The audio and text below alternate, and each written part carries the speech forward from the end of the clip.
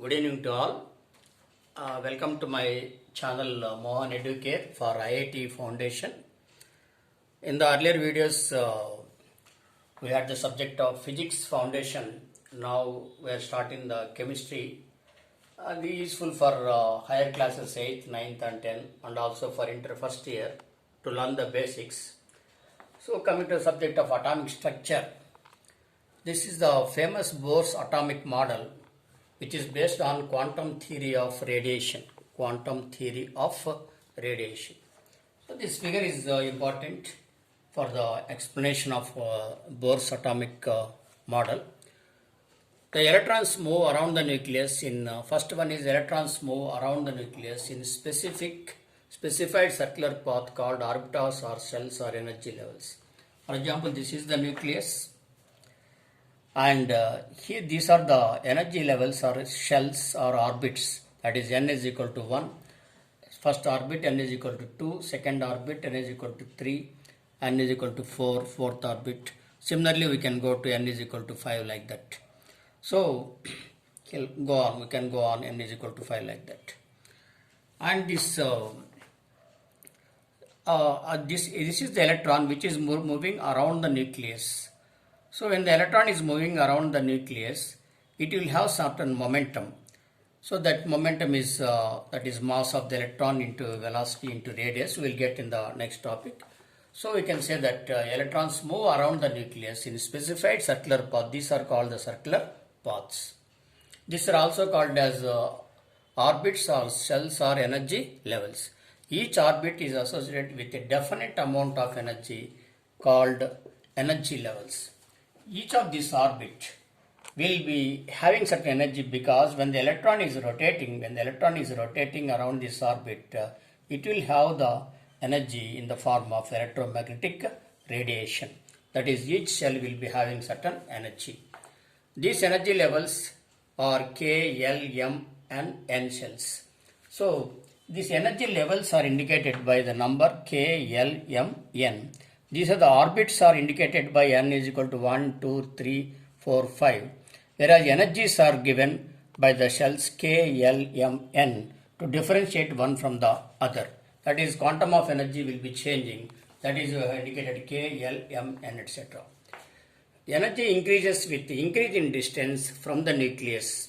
For example, if the distance of the electron increases from the nucleus, suppose here the energy at E1, this is energy here, we can say as E1, and here energy here is E1, and here energy is E2, here energy is E3, and here energy is E4, and energy is E5. The more the distance from the nucleus, these shells will be having more energy. For example, E2 energy in the second cell, E2 is greater than energy in the first cell. Energy in the third cell is greater than the energy in the second cell. Energy in the fourth cell is again greater than the energy in the third cell.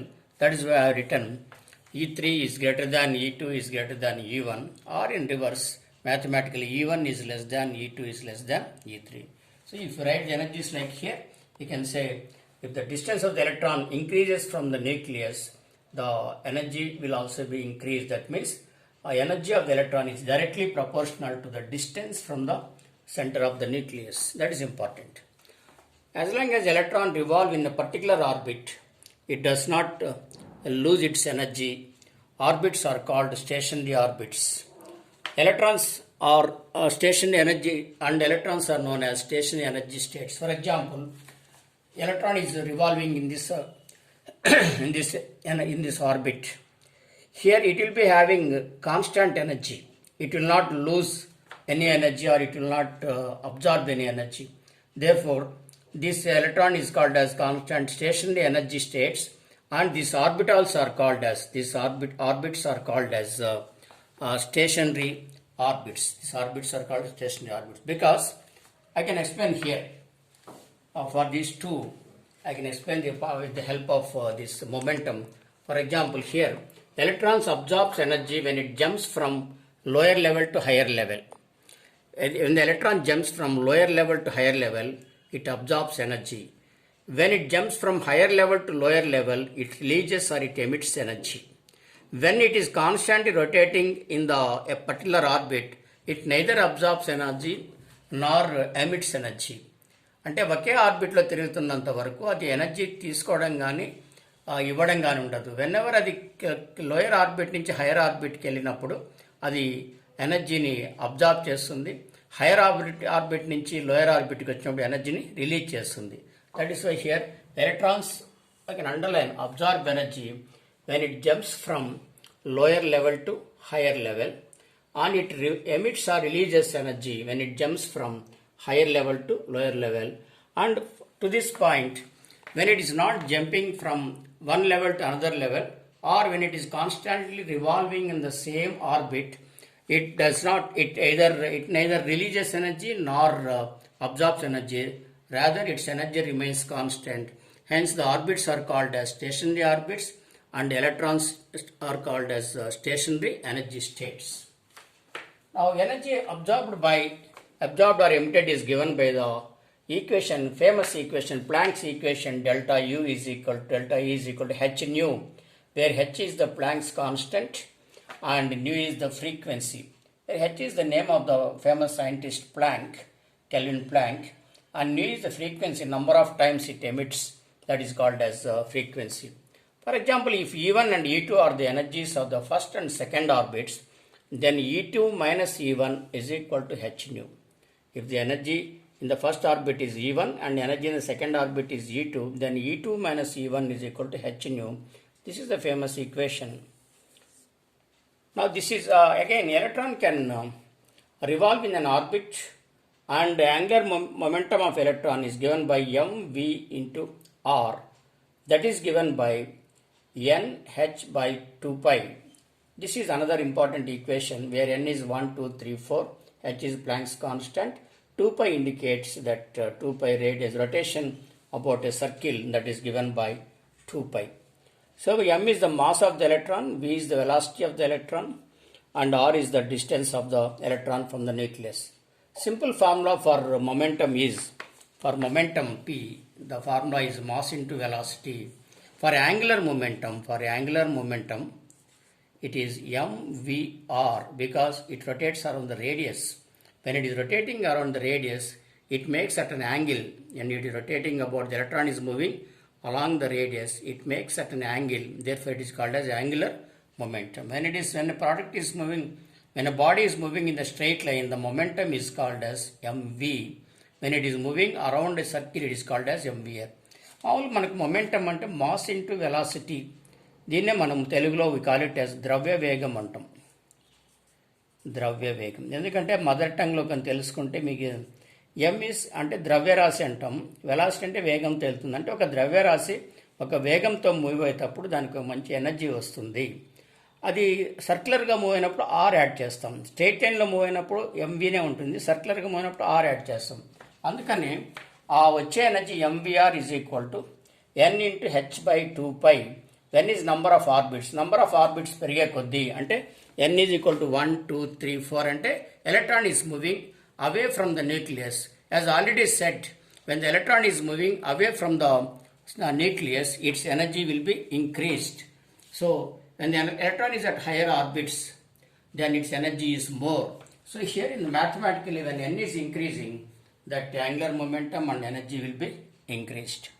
So it is known as principle of quantization of angular momentum. Principle of quantization of angular momentum. So this is about, and just you have to draw the students, first of all, don't buy out the things. First draw the figures and learn the terminology or nomenclature. What is N stands for, what is meant by K, L, M, N, that is energy levels, and what are the E1, E2, E3, etc.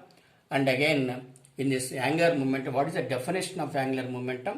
What is the practical significance of angular momentum?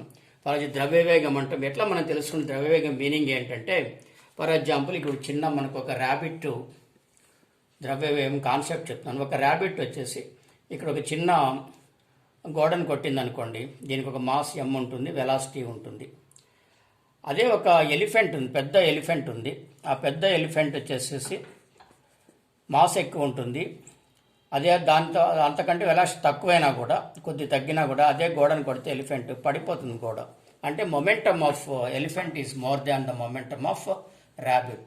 Rabbit velocity ఎక్కువ ఉన్నా కూడా mass తక్కువ ఉంది కాబట్టి momentum effect తక్కువ ఉంటుంది.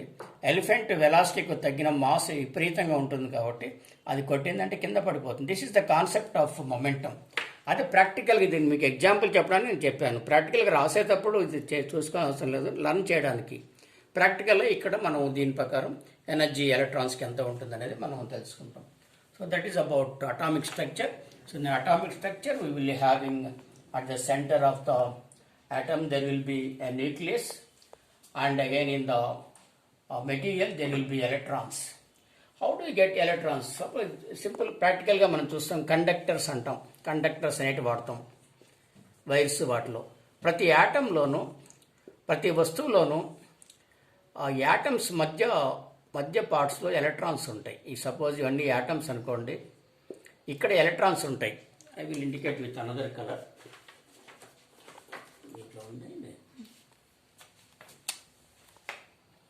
So red color is electron, and again here another electron is there. Here are the atoms. Whenever these electrons will jump from one place to another place, whenever these electrons are moving, when this material is excited, electrons will be moved and current will be flowing.